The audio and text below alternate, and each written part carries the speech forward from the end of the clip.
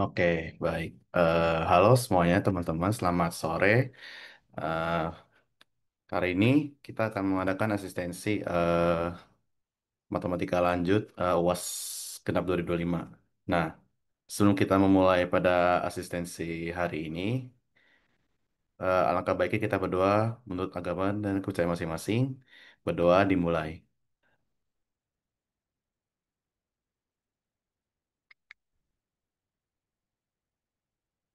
Berdoa selesai. Perkenalkan, nama saya Yukailun, Teknik Elektro 2024, anggota aktif IKM FTW 2024, sebagai BP Akpro IM FTW 2025. Di sini saya akan menjadi asistensi pada moderator kali ini. Asistensi matematika lanjut satu hari ini akan diisi oleh Kak Hana, Teknik Elektro 2022. Terima kasih kepada Kak Hana yang sudah meluangkan waktunya dan bersedia untuk menjadi pengasistensi. Nah, sebelum kita memulai asistensi pada hari ini, kami mohon untuk para teman-teman untuk mengisi absensi ya.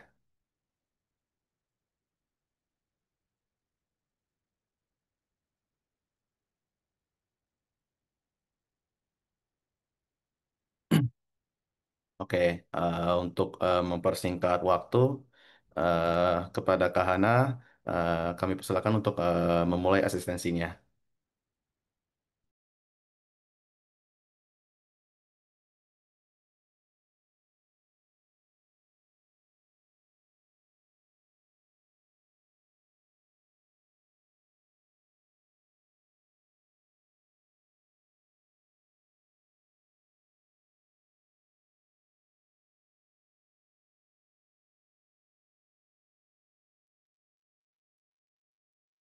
Share screen-nya udah terlihat belum ya?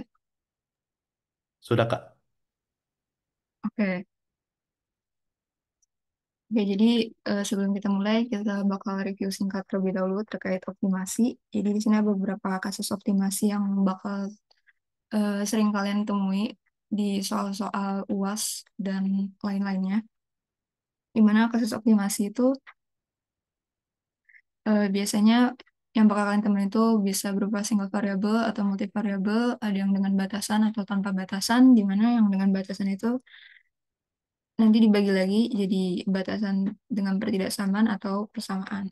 Cuma nanti di mata kuliah semester depan itu nanti kalian juga bakal nyelesain batasan dengan gabungan jadi pertidaksamaan dan persamaan.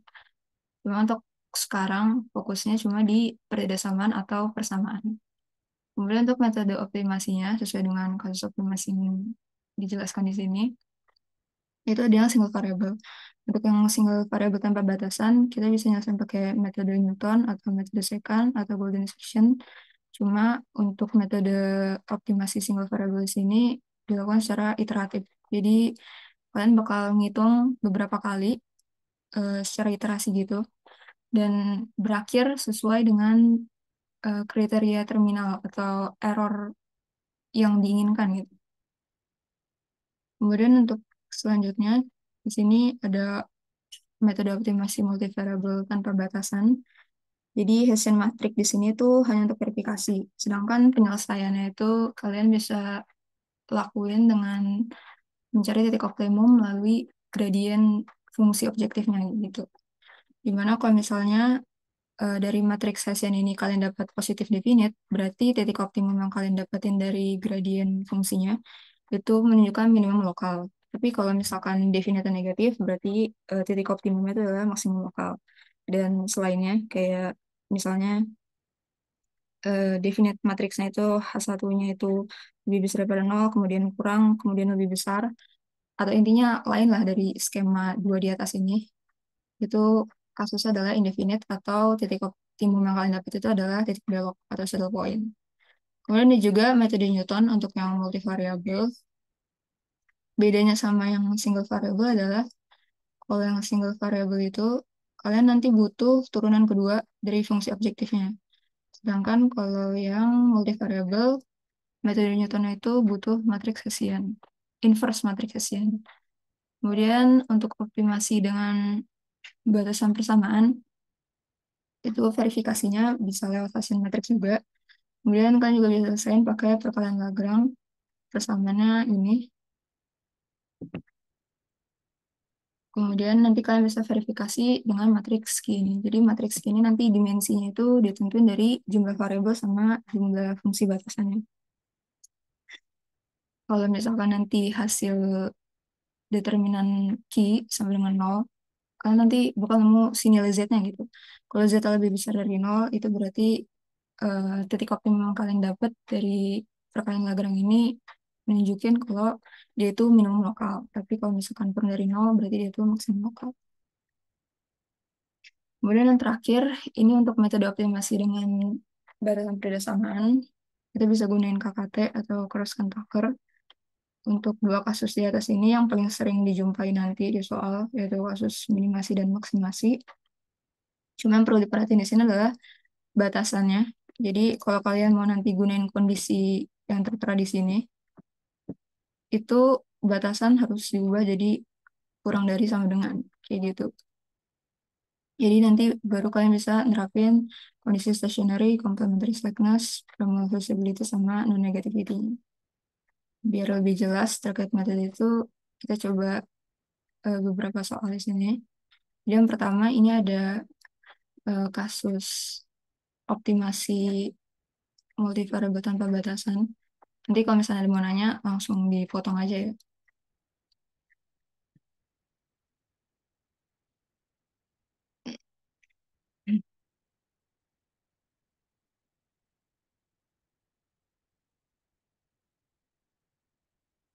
Jadi langkahnya yang pertama, kita perlu cari tahu terlebih dahulu nilai dari X1 dan X2-nya ini, atau si titik optimumnya, lewat gradien fungsi objektifnya. Jadi gradien fungsi itu kan kalian tahu adalah turunan parsial pertama dari fungsi tersebut kan, terhadap variabel-variabelnya. Sama dengan 0.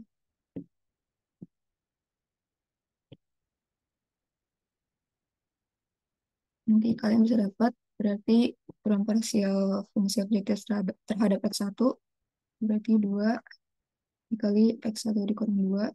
Kemudian terhadap X2-nya berarti 4 X2 1 sama dengan 0. Nah, dari sini kalian bisa langsung dapat X1 X2-nya kan.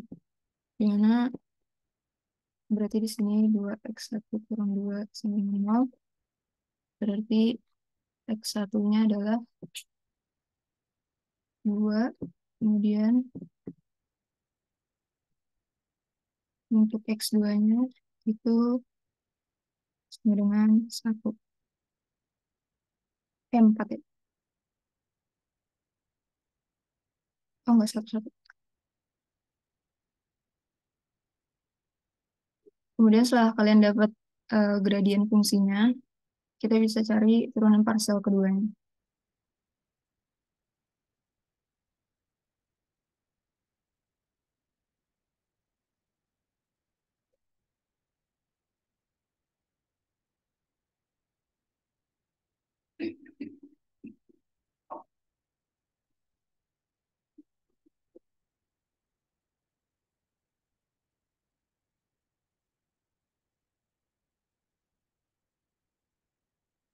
Di turunan parsial kedua untuk X1 di sini, kita bisa dapat nilainya adalah 2. Kemudian untuk yang terhadap X2-nya berarti 4.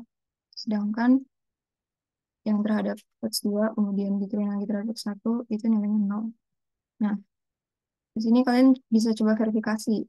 Jadi titik optimum yang kalian dapetin di sini itu titik minimum lokal atau maksimum lokal.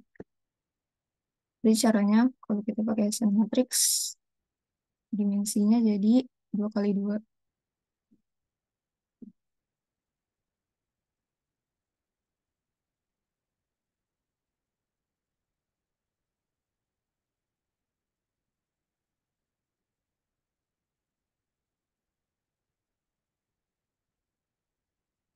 Sorry Kak, mau nanya boleh nggak Kak? Ya, boleh. Tadi kenapa matrisnya jadi 2 kali 2? Ini kan kalian ada dua variabel kan ya. Nah, kalau misalkan kalian turunin, jadi kan matriks Hessian itu isinya elemen parsial, elemen turunan parsial kedua. Nah, kalau misalkan kalian turunin 2 kali, berarti kan kalian cuma dapat turunan parsial kedua terhadap X1 sama turunan parsial terhadap X2 sama X1 X2 atau X2 X1 kan. Jadi otomatis cuma bakal ada dapat 4 elemen ini doang. Nah, kalau misalkan kalian bentuk, nah nanti itu cuma ketemu 2 kali 2 kayak gitu. Kan bentuknya kayak gini kan, kayak gitu.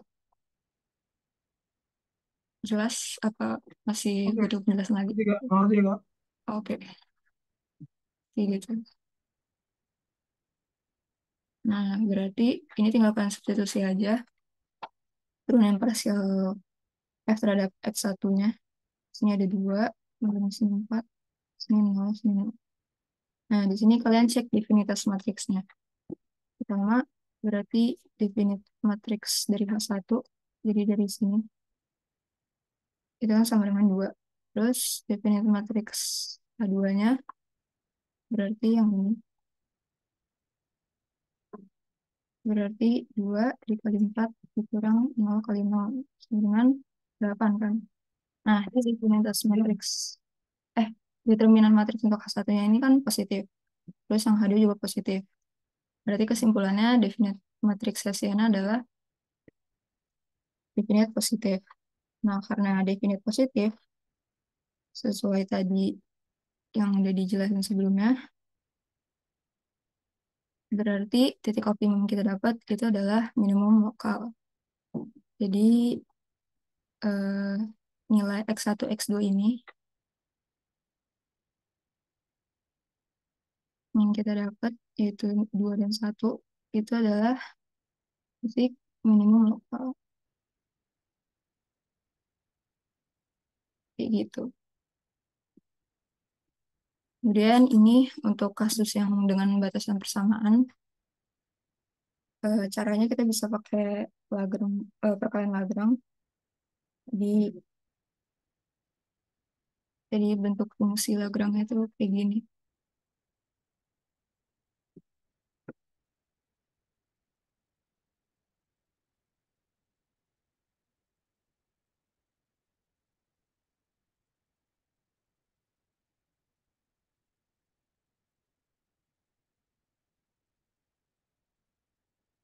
Nah, ini bisa langsung kita ubah bentuknya, berarti jadi fx-nya ini Apa adalah si Kak? fungsi objektifnya ya. Boleh nanya nggak Kak? Oh ya boleh. Yang tadi yang di atas itu X1, X2-nya kenapa satu ya Kak? Iya itu. Yang ini. Yang ini X, iya X2 itu iya apa satu ya? x2 kenapa satu? Iya, kenapa satu? Ini kan berarti eh ini kan kalau misalkan kita ini sama, misalnya ini kan 2x1 2 dikali x1 kurang 2 sama 0. Kalau misalkan kedua ruas kita bagi di 2 kayak gini kan sisanya berarti tinggal x1 kurang 2 minus sama dengan 0. Kan kita dapat x1 sama dengan 2. Nah, kalau yang ini juga berarti kan sama aja. 4 x2 Oh, dikurang 1 sama dengan 0. Kalau kita mau samain kedua ruasnya, jadi sisa tinggal x2 kurang 1 sama dengan 0. Berarti x2 sama dengan 1. Kayak gitu. oh oke Kak. Oke, Kak. Iya, Kak, mau nanya Kak, iya boleh. kenapa yang turunan kedua itu yang F Ya, terhadap X2 sama X1-nya itu nol? karena oh, ini kan turunan pertama terhadap X1-nya kan kita bisa ambil yang ini aja ya. Ini kan turunan parsial pertama terhadap X1 kan. Ini kalau misalnya kita sederhanain berarti jadi 2x1 dikurang 4 sama dengan 0. Nah, kalau misalkan kita tuh, ini kan turunan pertamanya. Nah, kalau misalkan kita turunin lagi terhadap X, berarti kan, kalau misalnya kita turunin lagi terhadap, ini terhadap X1, ini terhadap ini X1, kemudian ini X2 gitu. Balik ke bentar, bentar.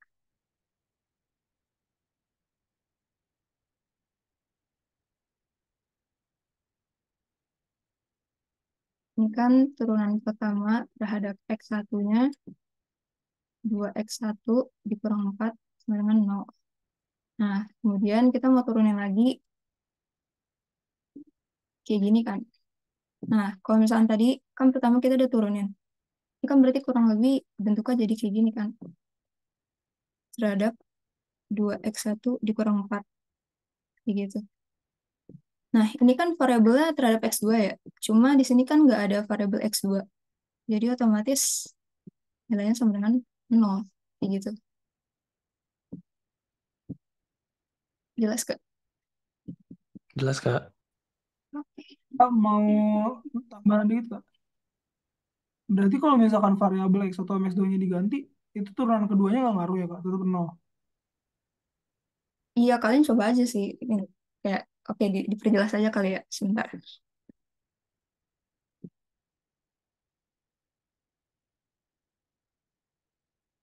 Kayak gini. Ini kan tadi berarti bentuk turunan pertamanya kan.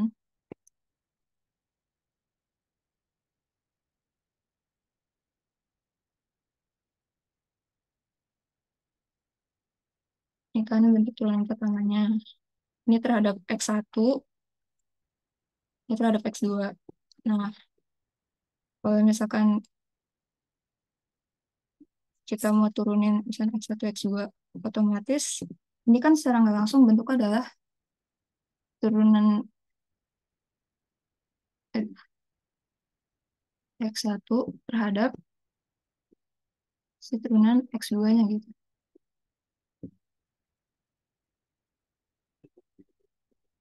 Nah, yang tadi ini yang turunan terhadap X2 kan ini nilainya. 4X2 dikurang 1. Nah, di sini kan berarti kalau kita sederhanain jadi 4X2 dikurang 4. Kan? Nah, di sini kan turunannya terhadap X1. Cuma fungsinya nggak ada X1 kan. Otomatis fungsi ini tuh isinya konstanta gitu. Konstanta kan kalau diturunin nilainya 0 kan. Kayak gitu. Oh iya, makasih ya. Heeh.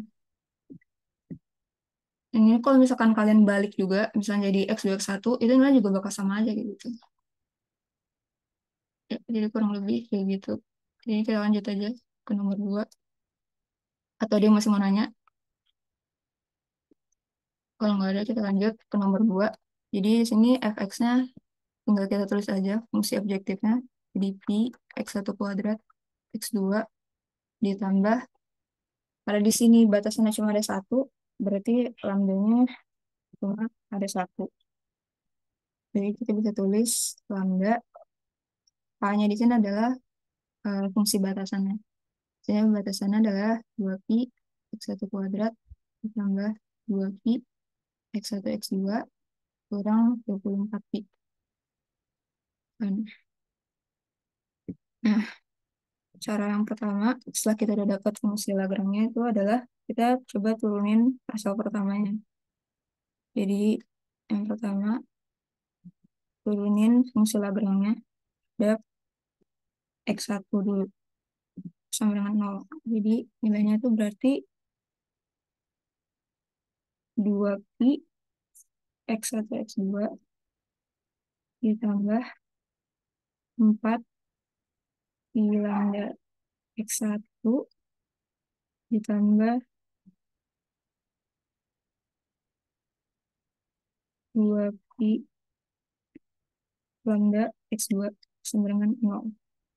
Kemudian kita turunin lagi fungsi Lagrange terhadap X2 sama dengan 0. Jadi dapat Pi X1 kuadrat ditambah 2Pi lambda X1 sama dengan 0. Kemudian kita turunin lagi fungsi Lagrange terhadap eh, lambda sama dengan 0. Jadi di sini otomatis nilainya adalah 2Pi X1 kuadrat tambah 2Pi X1 X2 dikurang 2Pi lambda sama dengan 0. Katakanlah ini jadi persamaan 1.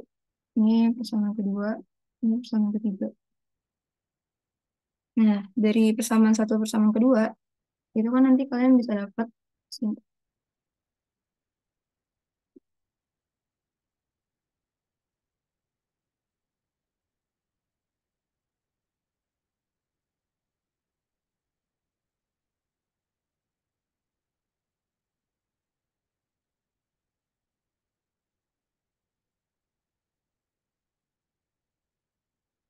dari persamaan satu persamaan kedua, nanti kan kalian bisa dapat nilai lambdanya berapa kan? Ini dari persamaan satu juga. Kan berarti kita bisa tulis 2pi x1 x2 ditambah lambda dikali 4pi x1 ditambah 2pi x2 sama dengan 0. Nah, berarti ini bisa kita tulis jadi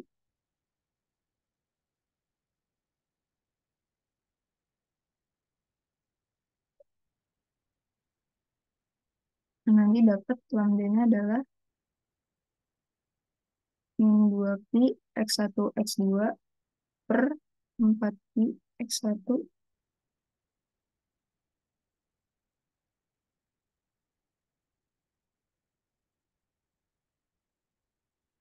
plus 2pi x2. Nah, ini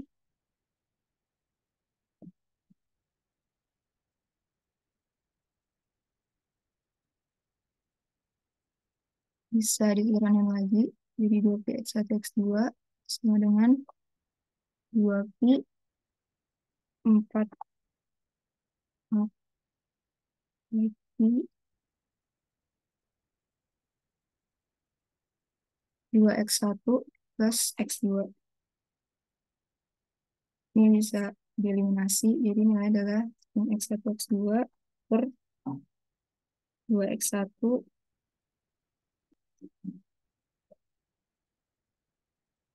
plus x2. Nah, kemudian yang persamaan kedua, itu kalian juga bisa bentuk persamaannya jadi terhadap lambda kayak gini, dimana berarti di x1 kuadrat ditambah 2 pi lambda x1 sama dengan 0. Ini bisa diubah jadi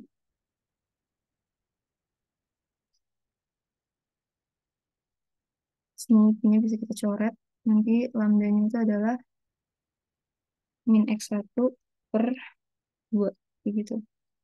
Nah, ini lambda di persamaan 1 sama lambda di persamaan 2 kan bisa kita proses untuk dapat nanti nilai x2 x1 nya berapa. Jadi kita tulis aja di sini. Ini lambda persamaan 1 yang sama dengan lambda persamaan 2. Jadi min x1 x2 per 2x1 plus x2 itu sama dengan min x1 per 2.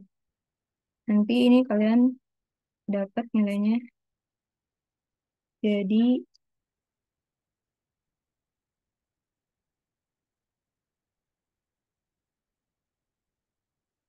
kan bisa dicoret. Jadi sisinya tinggal x2 per 2x1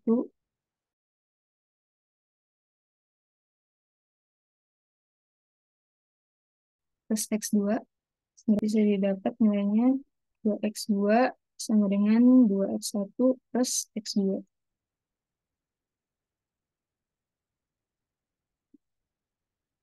Dimana x2 itu sama dengan 2x1. Nah, x2 sama dengan x1 ini nanti kalian substitusi ke persamaan ketiga ini.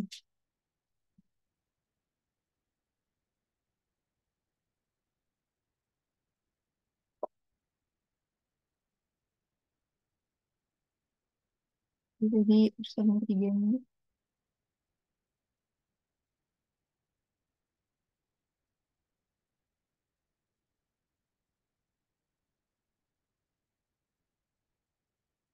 Nah, berarti ini bisa kalian substitusi x2-nya jadi 2x1 min 24pi sama dengan 0. Intinya nih kalau misalkan nanti kalian kalkulasi, nanti kalian dapat X1 di sini itu bakal sama dengan plus minus 2. Jadi X1-nya itu bakal ada 2 titik, yaitu plus 2 atau min 2. Nah, nanti kalian tinggal substitusi balik ke sini. Jadi dapat X2-nya berarti kalau misalkan X1-nya 2, berarti X2-nya adalah 4. Tapi kalau misalkan X1-nya min 2, nanti dapat X2-nya berarti min 4. Jadi di sini bakal ada 2 titik optimum yang kalian dapat. Yang pertama, ini yang opsi pertama, yaitu 2, 4. Kemudian yang opsi kedua,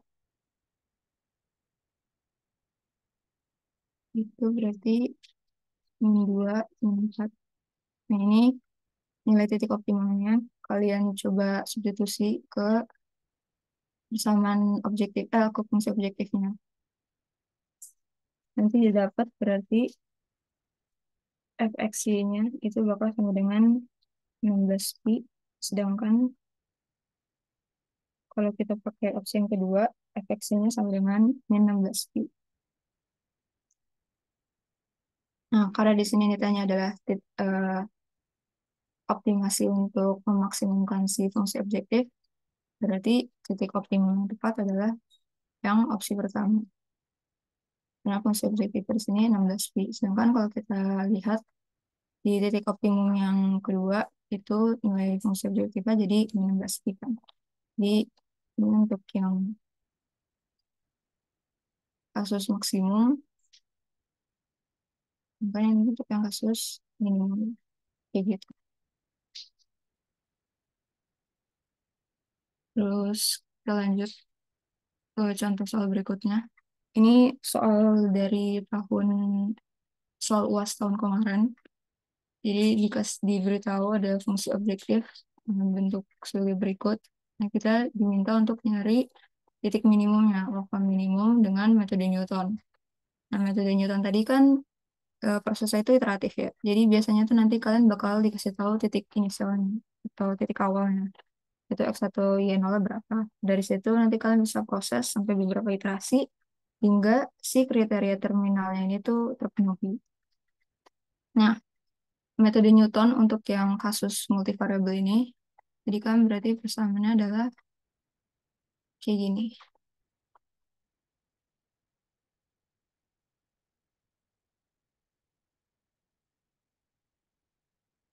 Nah, dari sini kalian bisa coba hitung.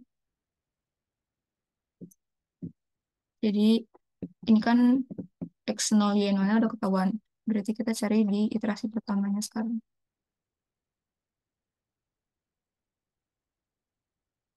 Kita mulai dari iterasi 1, berarti di sini X1 sama dengan X0 kurang H inverse dari H0 terhadap gradien X0. Di mana X1 sama dengan X0 di sini adalah 00, kemudian dikurang H0-nya. Jadi nanti kalian cari matriks Hessiannya gitu. Nah, sebelumnya kita coba sederhanain dulu fungsi objektif ini ya. Ini turunin dulu.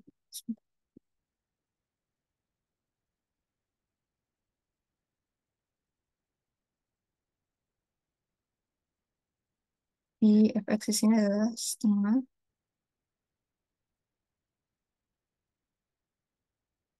X transpose kali matriks 4 min 2 min 2 3, kemudian dikali vektor X ditambah transpose X dikali 16 kurang 5.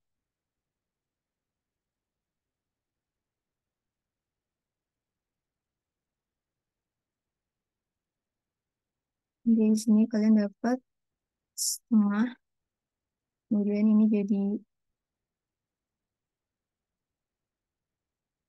ini kasih tahu vektor X ini adalah transpose dari vektor XY.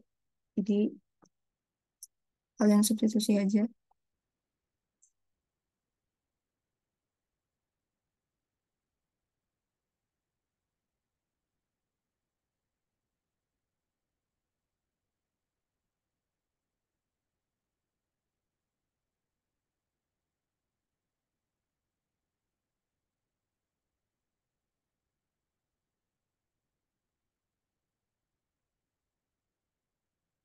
Nah, ini kalau misalkan udah kalian proses, intinya nanti kalian bakal dapat fungsi objektif yang lebih jelas, itu jadi 2x kuadrat min 2xy plus 3/2y kuadrat plus x plus 6y dikurang 5.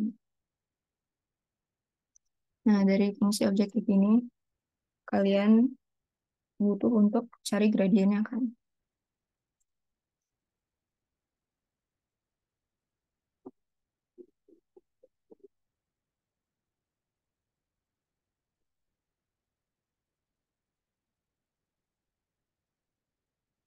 Intinya dapat sama dengan, berarti turunan parsial terhadap x1 dari fungsi objektif ini adalah 4x dikurang 2y+1. Kemudian untuk yang terhadap x2-nya itu adalah min 2x plus 3y plus 6. Ini sama dengan 0, 0. Nah, selanjutnya tadi kita coba cari metode optimumnya dengan metode Newton.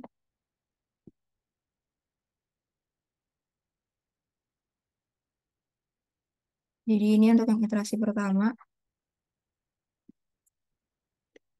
Ini kita perlu turunin dulu ke parsial yang kedua.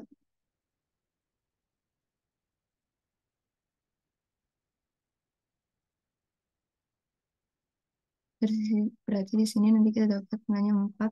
Sedangkan di sini nilainya min 2. Dan kalau kita turunin x1, x2, itu bakal sama dengan terhadap x2, x1.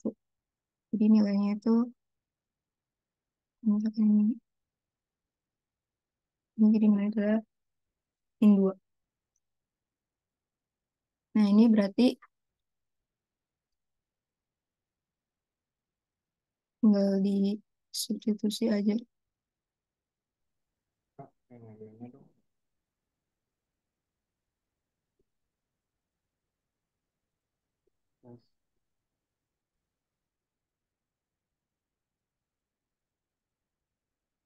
Inverse terhadap gradiennya tadi. Nah, di gradiennya itu adalah 4x min 2y plus 1 sama min 2x plus 3y plus 6. Nah, ini kan tadi terhadap x0 kan, dimana x0 tadi adalah 0, 0. Ini 0, ini juga 0. Nah, ini tinggal diproses aja. Jadi ini tadi nilainya adalah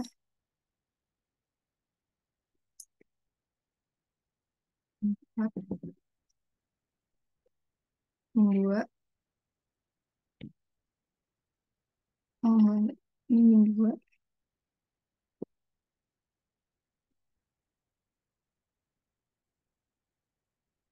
Oh, maaf, ini salah. Ini harusnya turunan parsial kedua terhadap x2 terhadap y.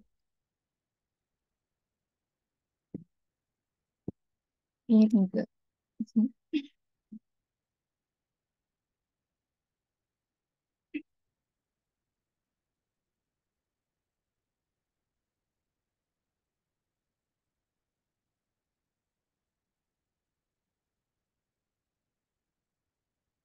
Kemudian ini 4x min 2y plus 1. Kalau misalnya kita substitusi x-nya 0, berarti kan kita cuma dapat 1. Terus untuk yang di baris keduanya, jadi kalau kita substitusi x-nya 0, kita dapat di sini cuma dapat 6.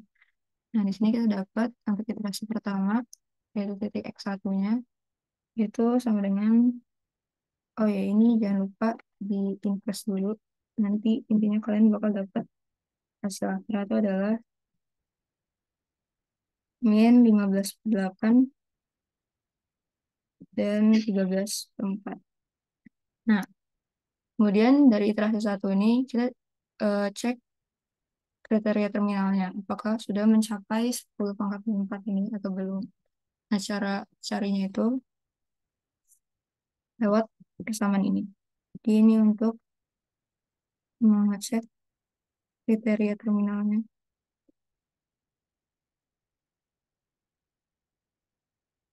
Aproksimasi errornya, estimasi error.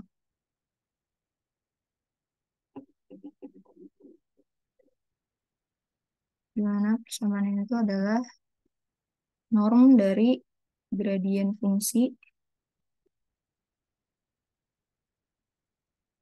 terhadap titik berikutnya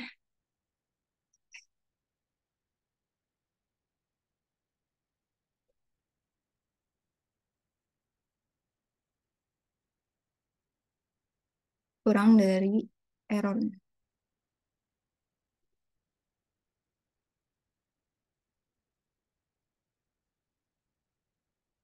Nah, ini bisa coba kita cek. Jadi, delta F. Gradien fungsinya tadi kan nilainya itu adalah ini.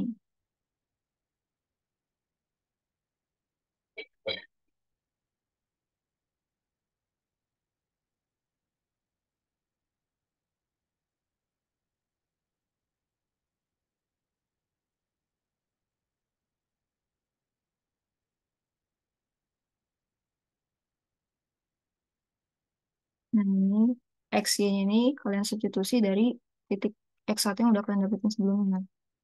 Dimana X-nya tadi adalah min 15/8, sedangkan Y-nya adalah min 13/4. Nah, nanti didapat nilainya untuk baris pertama itu adalah 4 kali min 15/8 dikurang 2 dikali min 13/4 dikurang 1. Kemudian untuk baris yang keduanya berarti min 2 kali min 15/8 ditambah 3 dikali min 13/4 ditambah 6. Nah, nanti didapat berarti untuk baris pertama itu nilainya 0, nomor 10 juga 0. Kalau kita hitung normnya berarti kan 0 kuadrat ditambah 0 kuadrat diakarin sama 0. Nah, 0 ini kan udah terpenuhi ya, karena tadi errornya yang diminta kriteria terminal itu adalah 10 pangkat min 4. Nah, jadi otomatis iterasi pertama ini udah cukup untuk mendapatkan titik optimumnya.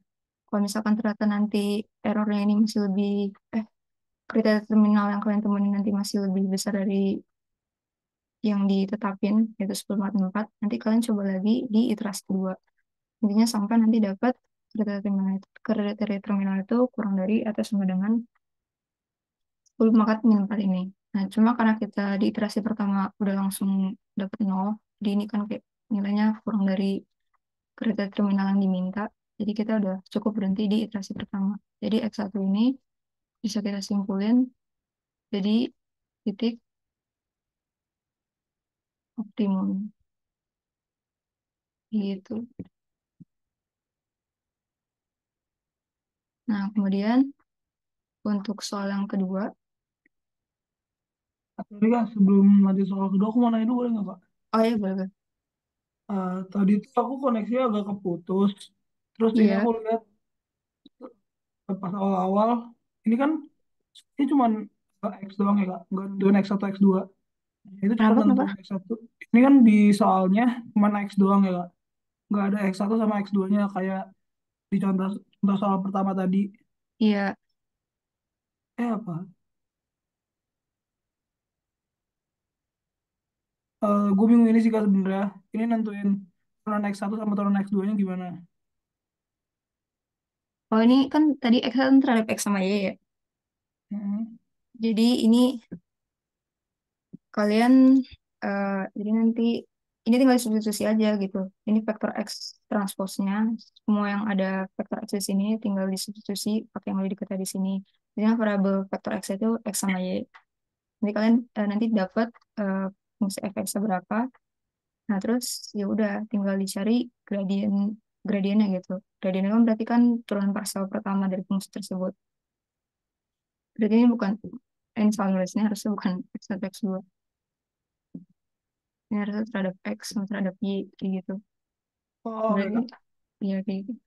Oke, oke. Paham? Thank you, Kak. Iya kan. Ada lagi yang mau nanya?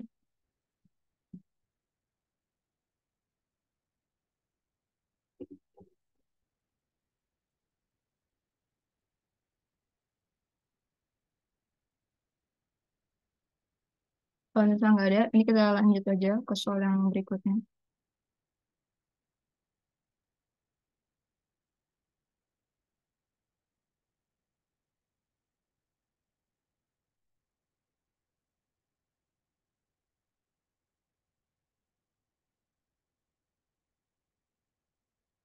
Jadi untuk yang soal berikutnya itu di soal tes yang kemarin ditanya eh, metode optimasi dengan KKT, di mana dikasih tahu di situ ada batasan G1 dan G2, di mana G1-nya itu adalah min X, min Y, lebih besar sama dengan dari min 2, dan yang G2 itu adalah 2X, min Y, lebih besar sama dengan dari 3. Nah, G1 di sini, oh ya, sebelum lanjut, ini kan yang diminta adalah titik optimum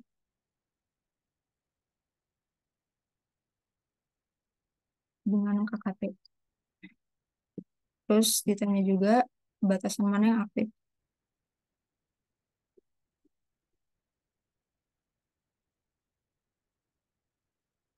Nah, untuk nyelesain fungsi optimasi dengan KKT, karena di sini dimintanya adalah kasus untuk minimasi, jadi sesuai dengan catatan ini,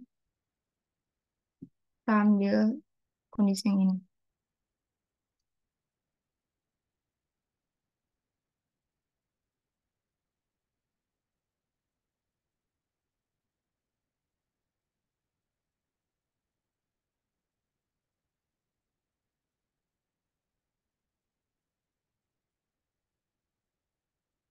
Nah, dari sini kalian tuh perlu perhatiin bentuk batasannya. Karena kalau misalnya kalian mau, tadi seperti yang dijelasin, kalau misalnya kalian mau gunain kondisi ini, otomatis fungsi batasan ini harus disesuaikan jadi kurang lebih kurang dari atau sama dengan 0.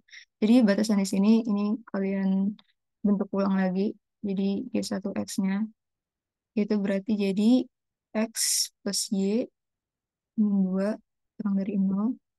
Dan batasan keduanya jadi min 2X plus Y plus 3 kurang dari 0. Nah, dari sini kalian bisa sesuaikan kondisi KKT untuk kasus minimasinya. Yang pertama berarti adalah kondisi stationary-nya.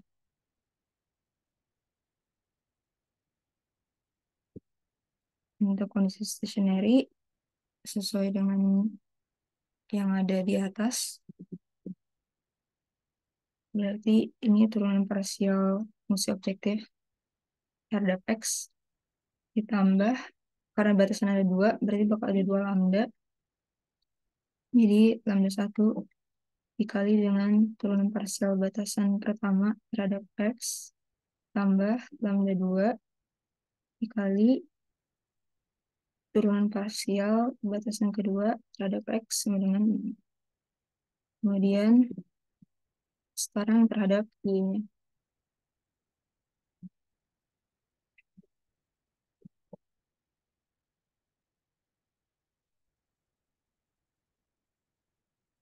Ini bisa disesuaikan sama fungsi objektif yang udah diketahui, dimana tadi turunan parsial fungsi objektifnya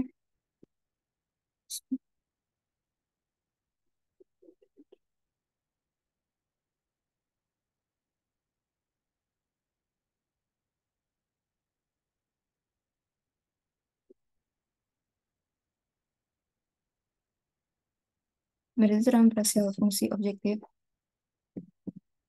terhadap X di sini adalah 4X min 2Y plus 1 terus ditambah lambda 1 dikali 1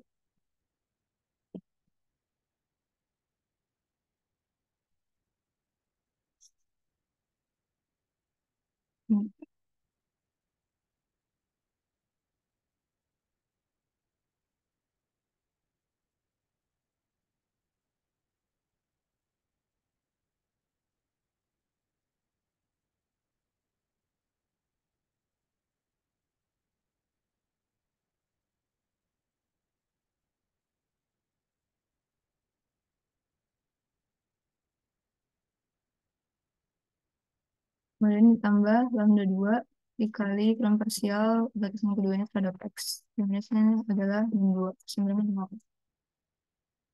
Kemudian untuk turunan fungsi objektif terhadap Y, berarti di sini adalah min 2X plus 3Y plus 6 ditambah lambda 1 dikali turunan parsial batasan 1 terhadap Y, yaitu di sini 1 juga. Dan ditambah lambda 2 dikali turunan parsial batasan kedua terhadap Y. Di sini 1. Sama 0. Ini kita misalin persamaan pertama, ini persamaan kedua. Kemudian selanjutnya untuk kondisi komplementari stagnasi.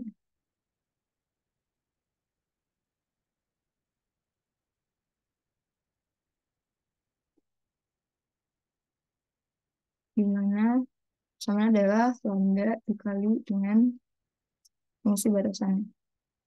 Jadi lambda 1 dikali B1 sama dengan 0. Kemudian lambda 2 dikali B2 sama dengan 0.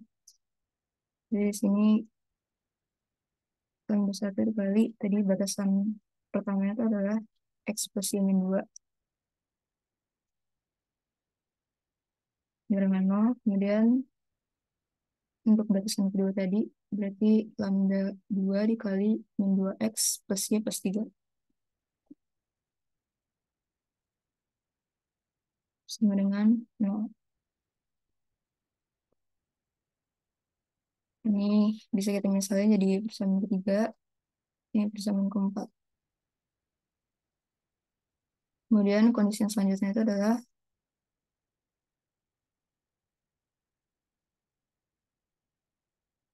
Remal feasibility-nya.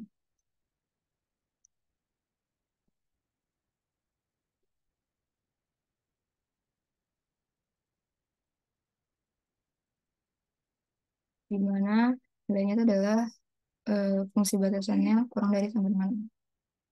Di sini G1 kurang dari sama dengan 0 dan G2 kurang dari sama dengan 0. Jadi kan kurang lebih kita tinggal copy aja.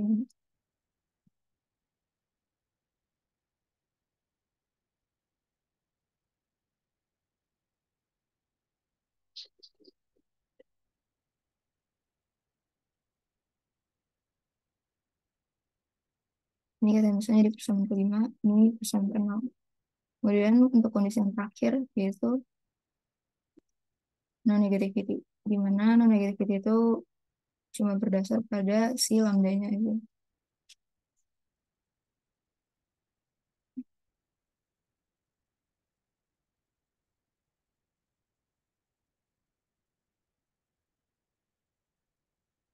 Nah, lambda 1 lebih dari sama dengan 0 dan lambda 2 lebih dari sama dengan dari 0.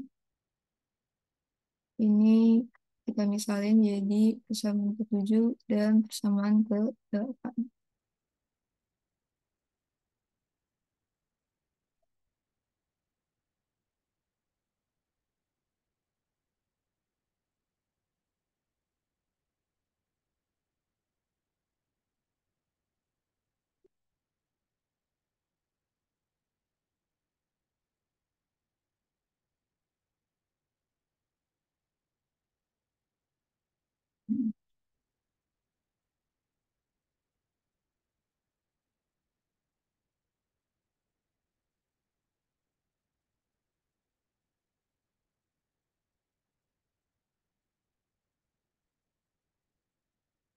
Nah, dari 8 persamaan ini, itu buat nyari tahu titik optimum dengan metode KKT tadi. Jadi, caranya itu adalah, karena di sini cuma ada dua variabel, yaitu X sama Y, otomatis kita bakal kalkulasi 4 kemungkinan. Nah, 4 kemungkinan itu muncul dari mana? Biasanya tuh rumusnya itu adalah 2 pangkat N. Nah, N itu adalah jumlah variabelnya. Nah, 2 pangkat N ini adalah berapa banyak kasus yang harus kita selesaiin dengan kondisi KKT. Nah, kalau itu cuma ada 2 variabel, otomatis cuma ada 4 kasus saja. Di 4 kasus itu, otomatis ketika lambda 1 sama dengan 0, lambda 2 sama dengan 0, atau lambda 1 sama dengan 0, lambda 2 tidak sama dengan 0, lambda 1 tidak sama dengan 0, lambda 2 sama dengan 0, atau lambda 1, lambda 2 itu nggak sama dengan 0. Kayak gitu. Nah, nanti dari keempat kasus ini kita bisa temukan gitu titik mana yang memenuhi semua kondisi dari KKT ini, dari stationary, complementary slackness, sampai si non-negativity ini. Cuma cara yang seperti dari sini adalah untuk yang stationary sama complementary slackness ini proses buat nyari tahu nilai X dan Y-nya gitu. Intinya persamaan 1 sampai persamaan 4 itu fokusnya buat nyari titik optimumnya. Sedangkan untuk persamaan 5 sampai persamaan 8 itu untuk proses verifikasinya. Jadi kalau misalkan nanti kalian ketemu untuk variabel yang lebih banyak lagi, intinya kalau misalkan nanti kondisinya itu berupa persamaan dengan bentuk ketidaksamaannya, itu berarti kondisinya itu untuk verifikasi. Jadi kalian nggak perlu ngitung buat nyari X1, X2-nya di situ. X1, X2 itu cuma dicari di persamaan yang mengandung bentuk persamaan kayak gini, yang ada sama dengan. Ini kita coba mulai dari kasus pertama. Kalau misalnya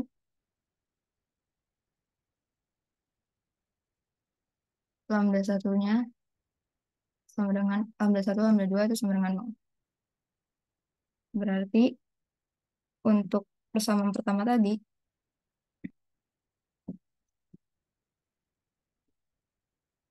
ini kan persamaan pertama, persamaan keduanya.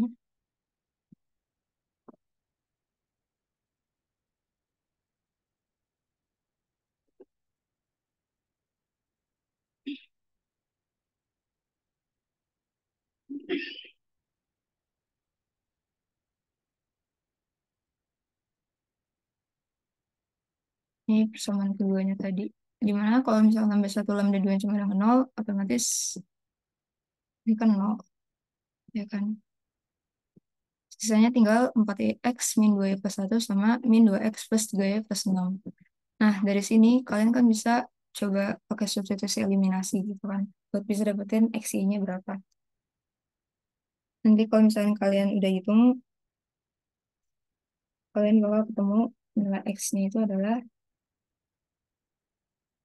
min 15/8 dan Y-nya itu adalah min 13/4. Nah, kemudian untuk yang persamaan ketiga tadi,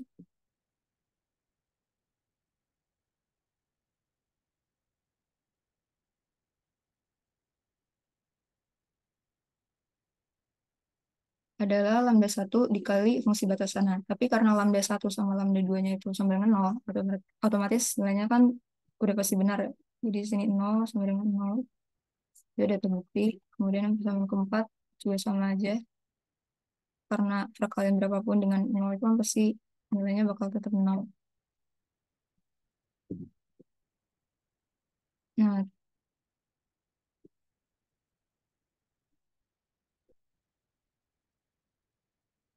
Nah, dari sini, dari nilai X dan Y yang kalian dapetin, itu kalian coba verifikasi lewat persamaan 5 dan persamaan 6 ini. Apakah dia memenuhi atau enggak. Gitu. Ini berarti kita coba di persamaan 5-nya.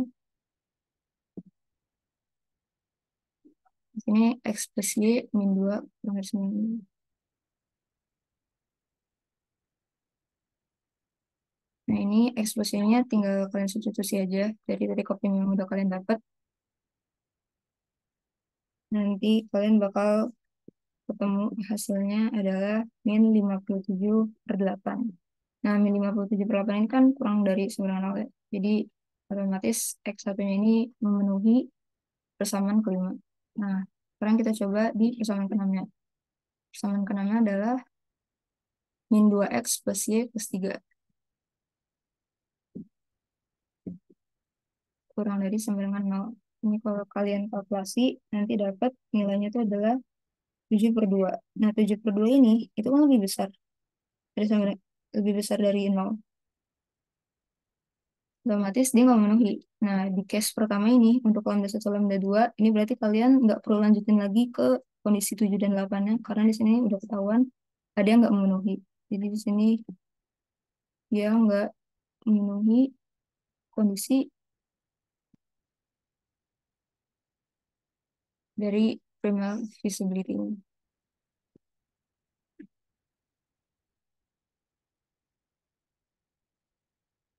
Sehingga si titik optimum X yang kita udah temuin dari persamaan 1, 2 ini itu bukan titik optimum. Nah, kita bisa lanjut ke case yang kedua.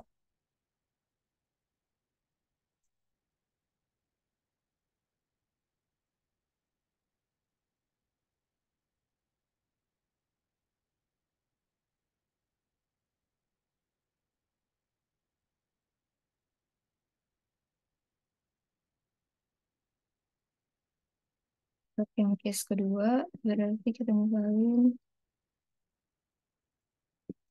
jika lambda 1-nya sama dengan 0, lambda 2-nya tidak sama dengan 0.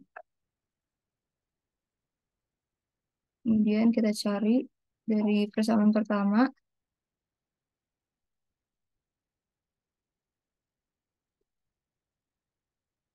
dan persamaan keduanya.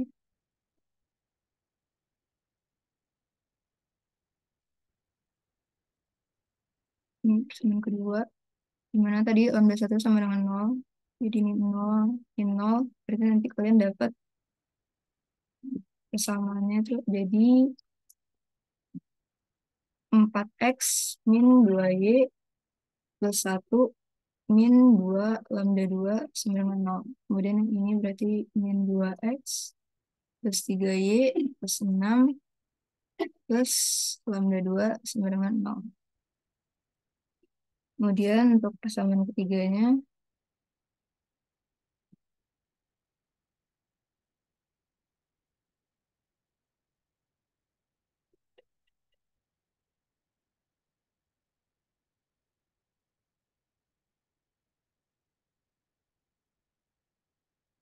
ini persamaan keempat, dimana tadi kita misalin di case ketiga ini lambda 1 sama dengan 0, otomatis ini 0 sama dengan 0 sudah terbukti. Sedangkan ini karena lambda 2-nya nggak 0, otomatis ini kan yang 0, fungsinya yang 0. Karena perkalian berapa yang dikali dengan 0 itu hasil sama dengan 0. Karena lambda 2-nya yang bukan 0, otomatis si fungsi batasan ini yang nilainya sama dengan 0. Jadi kita bisa tulis min 2Y plus X plus 3 sama dengan 0. Nah, dari persamaan yang kita dapat di sini, ini bisa kita bentuk ulang. Jadi lambda 2 sama dengan 2X min Y plus setengah. Sedangkan yang persamaan kedua, ini kita bisa dapat lambda 2-nya sama dengan 2X min 3Y min 6.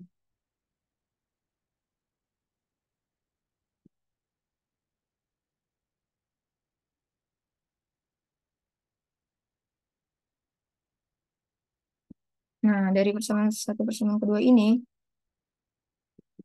kita bisa cari tahu, berarti kan ini lambda 2 dari persamaan 1, itu kan berarti sama dengan lambda 2 dari persamaan kedua. Di mana nilainya tadi adalah 2X min Y plus setengah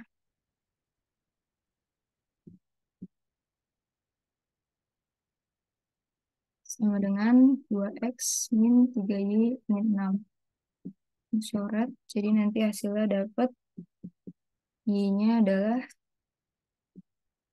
min 13/4. Nah, nilai Y sama dengan 13/4 ini bisa kalian substitusi ke persamaan keempat. Nanti dapat X-nya itu sama dengan min 1/8. Nah, dari nilai X yang udah kalian dapat ini, kayak kasus sebelumnya, jadi nanti di persamaan kelima sama enamnya, itu kalian verifikasi lagi. Jadi kan tadi dapat XY-nya itu adalah min 1/8 sama min 13/4.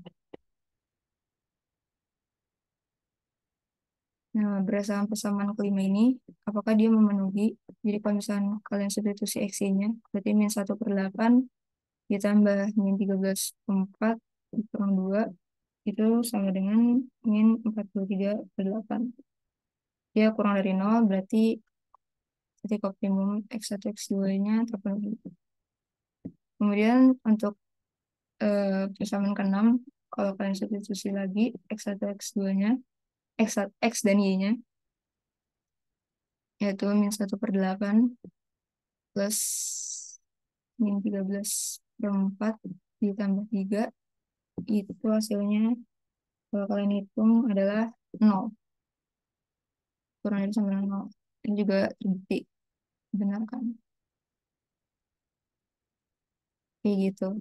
Nah, di sini non-negativity-nya juga udah jelas. Tadi lambda satunya kita misalin kan sama dengan 0, dan lambda 2-nya jadi kita misalin nggak sama dengan 0. Ini lambda 2 bisa kalian cari dengan cara substitusi di antara persamaan ini atau persamaan ini.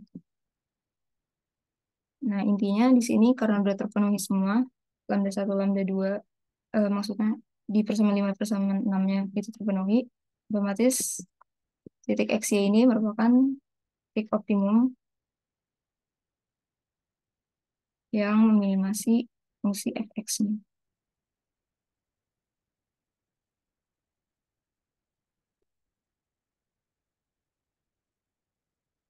Nah, kemudian tadi kan pertanyaan selanjutnya adalah batasan mana di antara G1 dan G2 ini yang aktif. Cara nyarinya itu adalah lewat di kondisi primal visibility-nya. Jadi kalau misalkan nilai dia substitusi oleh titik optimumnya ini sama dengan 0, otomatis batasan itu adalah batasan aktif. Nah, karena tadi berdasarkan titik optimum yang kita dapat ternyata di persamaan 6, itu alias di batasan kedua dia nilainya 0. Jadi batasan yang aktif adalah si G2 ini.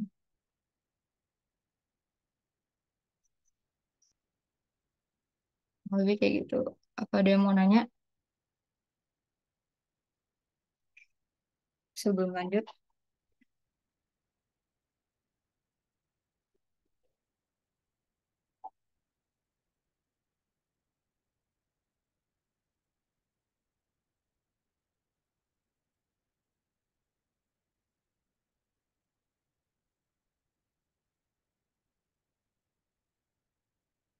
Kalau nggak ada, kita lanjut ke materi terakhir, yaitu least square.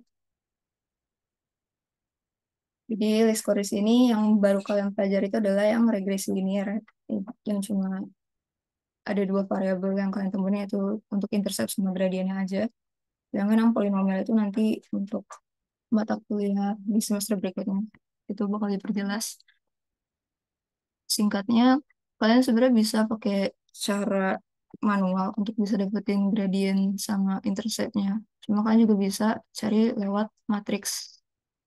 Ini persamaan matriksnya untuk bisa dapetin si intercept sama gradiennya.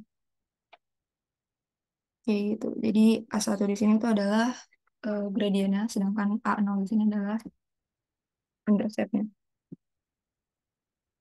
Kemudian ini kasus linearisasi dari model nonlinear. Jadi kalau misalkan kalian nanti diminta lewat persamaan eksponensial atau persamaan power equation atau saturasi, ini kurang lebih bentuk linearisasinya. Jadi eh, jadi nanti disesuaikan aja sama apa yang diminta di soal.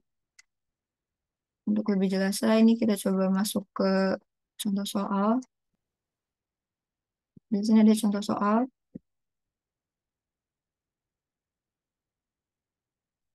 Di mana ditunjukkan sebuah tabel, ada variabel X dan Y. Kemudian data tersebut dimodelkan dalam persamaan X sama dengan eksponensial Y kurang B per A. Kemudian A dan B di situ merupakan parameter, dan kita diminta untuk menggunakan regresi nonlinear untuk menentukan si A dan B-nya berapa, serta berdasarkan hasil yang udah kita dapat, prediksi nilai Y pada X sama dengan 2,6.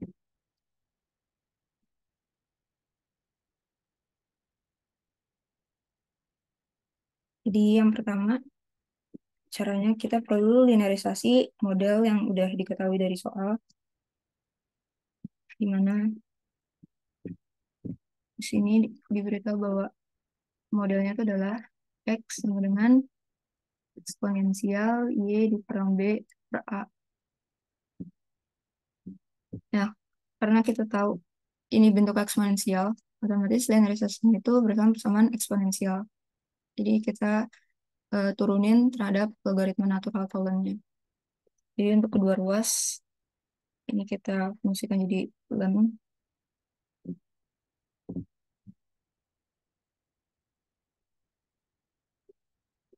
Nanti kita bisa dapat nilainya adalah ln X sama dengan, berarti ini angkanya bisa kita keluarin ke depan, di Y dikurang B per A kali ln E. Kemudian ini ln X sama dengan Y dikurang B per A, di mana ln E itu sama dengan 1. Ini bisa kita bentuk ulang jadi A dikali ln X sama dengan Y dikurang B. Y sama dengan A dikali ln X dikurang B. Nah, dari persamaan yang udah kita sederhanain ini,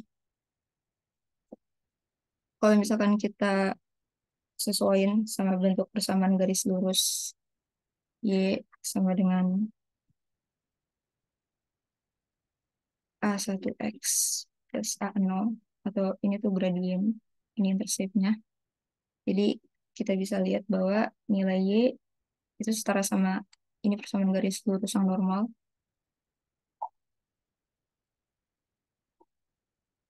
Kemudian untuk gradiennya itu setara sama A1 di sini. Ini gradien. Kemudian di sini untuk X-nya itu ln X, sedangkan intercept-nya di sini adalah si C. Kayak gitu. Nah, ini kalian tinggal buat tabel aja untuk ngitung X1 kuadrat, Y1 kuadrat. Jadi ini kayak kalian ngitung least square untuk praktikum fisika. Sini diketahui tadi, kita tinggal bentuk tabel aja. Jadi sini ada X,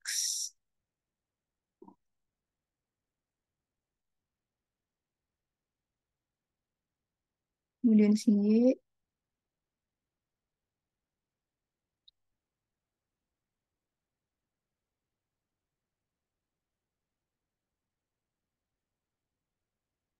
di mana tadi X-nya adalah 1, 2, 3, 4, 5.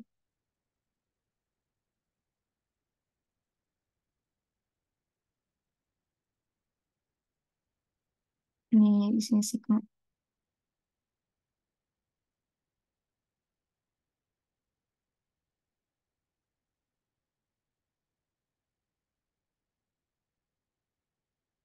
Kemudian tadi berdasarkan model yang kita dapat, X-nya itu adalah ln X kan.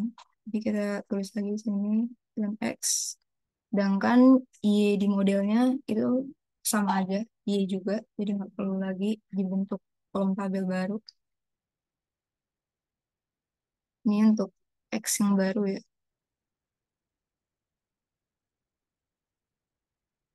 Kemudian kita butuh X baru kuadrat, lalu Y kuadrat, YI kuadrat XI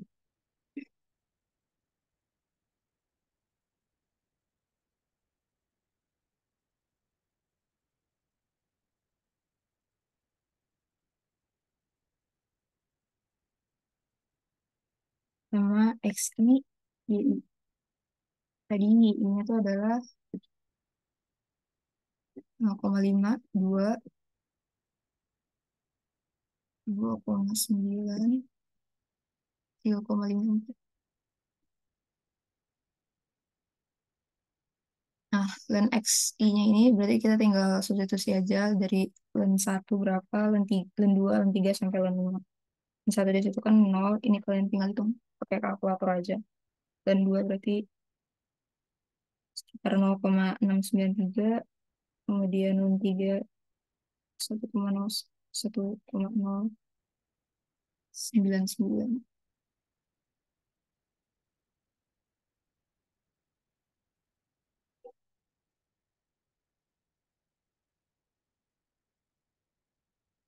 Kemudian len 4 di sini 1,386, dan 5 1,609. Kemudian X yang baru kuadrat, jadi di sini 0 kuadrat itu 0, 0,693 kuadrat itu sekitar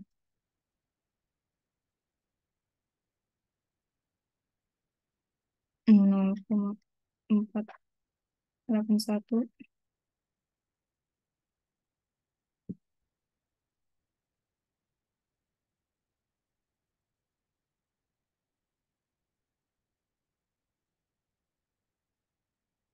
Kemudian len 3 dikuadratin di sini jadi 1,207.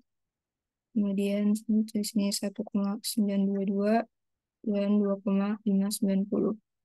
Terus I kuadratnya berarti 0,5 kuadrat itu 0,25.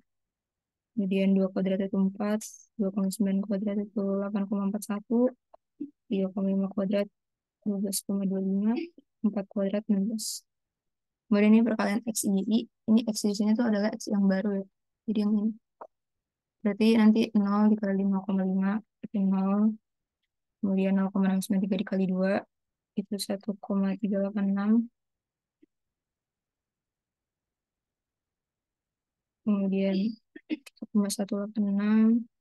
Kemudian 1,386 dikali 3,5 itu jadi 4,852. Dan yang terakhir adalah 6,438. Nah, di sini tinggal kalian jumlahin semua. Jadi untuk YI yang diperlukan itu berarti kan YI X yang baru, X kuadrat, YI kuadrat sama X YI. Nah, untuk YI yang baru ini nilainya 12,9. Kemudian untuk XI baru itu totalnya adalah 4,786. Kemudian untuk XI kuadrat jumlahnya itu adalah 6,1995. Untuk YI kuadrat itu jumlahnya 40,91, dan untuk XYI itu jumlahnya 15,862.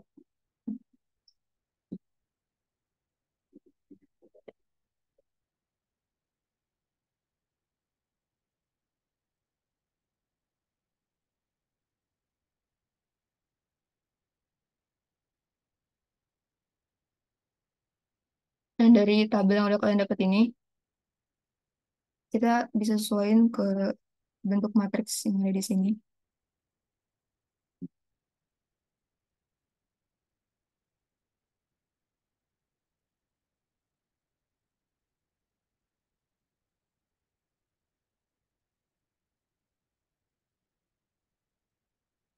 Di mana jumlah dari XI kuadrat tadi yang udah kita dapat adalah ini kan 6,1995. Kemudian untuk jumlah XI-nya yang baru ini adalah 4,786. Kemudian ini untuk jumlah XI-nya juga 4,786. Kemudian ini N ini adalah banyak datanya. Dimana sih banyak datanya adalah 5.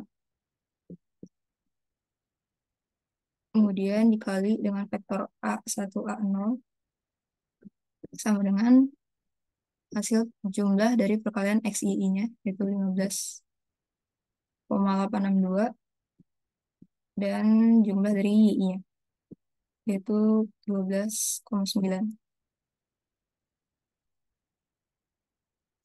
Nah, dari sini kalian bisa tinggal hitung pakai OBE atau substitusi eliminasi biasa. Intinya kalian nanti dapat nilai A1-nya itu sekitar 2,1714 dan A0-nya adalah 0,5015.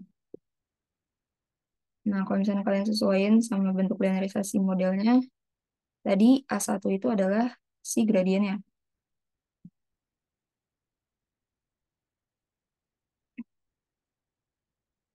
Si gradien. Sedangkan A0 itu berarti adalah si interceptnya.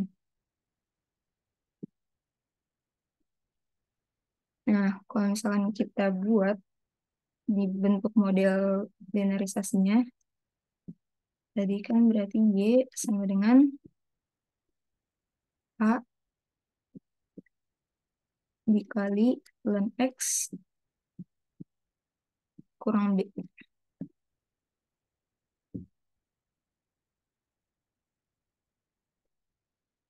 Berarti Y-nya sama dengan, ini A1 gradien tadi itu setara sama A kan. Jadi ini adalah nilai si A dengan intercept A0 ini itu setara sama D. Jadi ini bisa kita tulis Y-nya sama dengan 2,1714 dikali ln X dikurang 0,5015. Kemudian tadi yang ditanya, kita disuruh mengestimasi jika nilai X sama dengan 26, berarti Y-nya berapa? Berarti tinggal disubstitusi aja, 2,1714 dikali ln X berapa? 2,6 dikurang 0,5015. Jadi dapat Y-nya itu sekitar 2,576. Jadi ini adalah hasil estimasi Y-nya jika X-nya 2,6 dengan model nonlinear yang diketahui. Dan misalkan kita lihat posisi 2,6 itu kan berarti di sekitar sini ya. Nah, kemudian nilai Y-nya itu di angka 2,576. Itu kurang lebih sesuai. Jadi nanti kalau misalkan kalian bentuk regresi linear itu titik-titiknya itu nggak terlalu mencong. Jadi dia sesuai atau fit sama R2-nya. Kurang lebih kayak gitu. Apa ada yang mau nanya?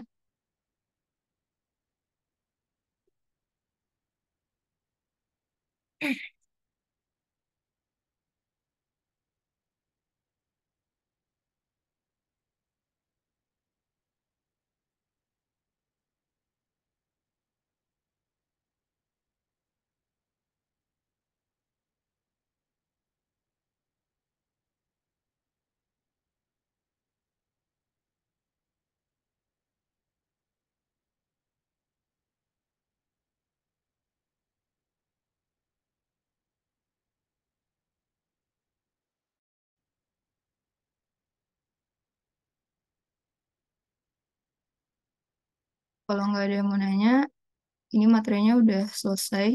Kita cuma bahas dari optimasi sampai least score aja. Karena itu udah materi yang biasa keluar di UAS.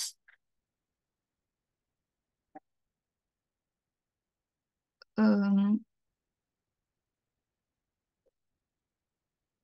Selanjutnya ini bakal dibalikin ke moderator. Terima kasih.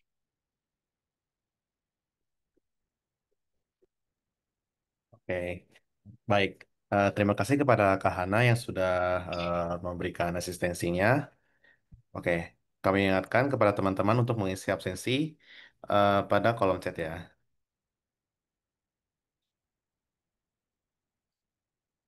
Oke, diingatkan pula bahwa diktat UAS genap ini bisa kalian akses di website Akro IMF TUI. Terus rekaman dari hmm, asistensi hari ini bisa kalian cek di YouTube Akro IMF TUI 225. Oke, terima kasih kepada pemberi materi atas waktu dan ilmunya. Kami semoga ilmunya bisa membantu kita dalam UAS nanti. Baik, sebelum kita mengakhiri sesi asistensi pada sore hari ini, alangkah baiknya kita berdoa. Berdoa dimulai.